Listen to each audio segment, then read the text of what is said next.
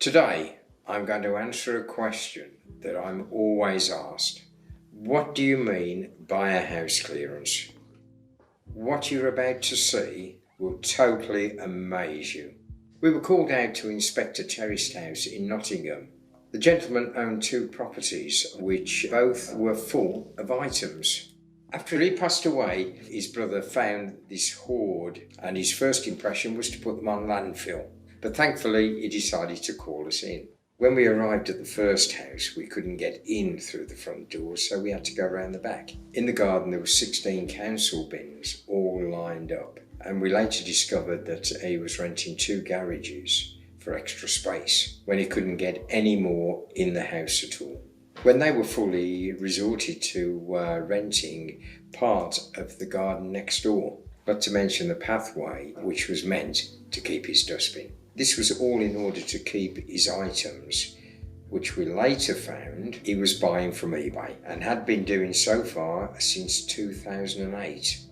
When we did eventually get into the property through the back door, we were totally amazed of what had been stored there for over 60 years.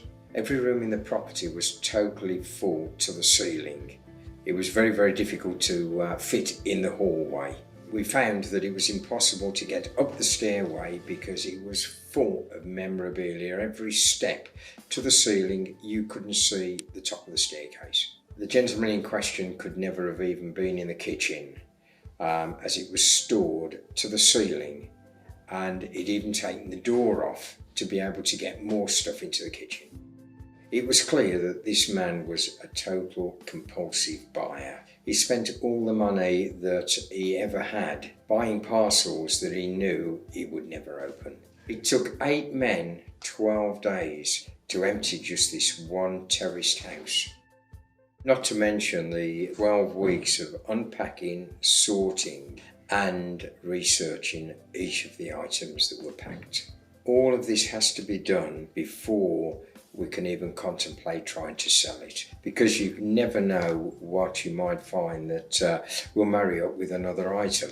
We've already found many items that are from the 50s, 60s and 70s. It actually ranges from a lot of Beatles memorabilia to negatives from the Apollo space mission. There's cassette recorders, microscopes, comic books, old newspapers, scientific equipment, radio building electronics, chemistry sets, and even then we've only done approximately about 2% of the boxes, and there is still then another property to clear.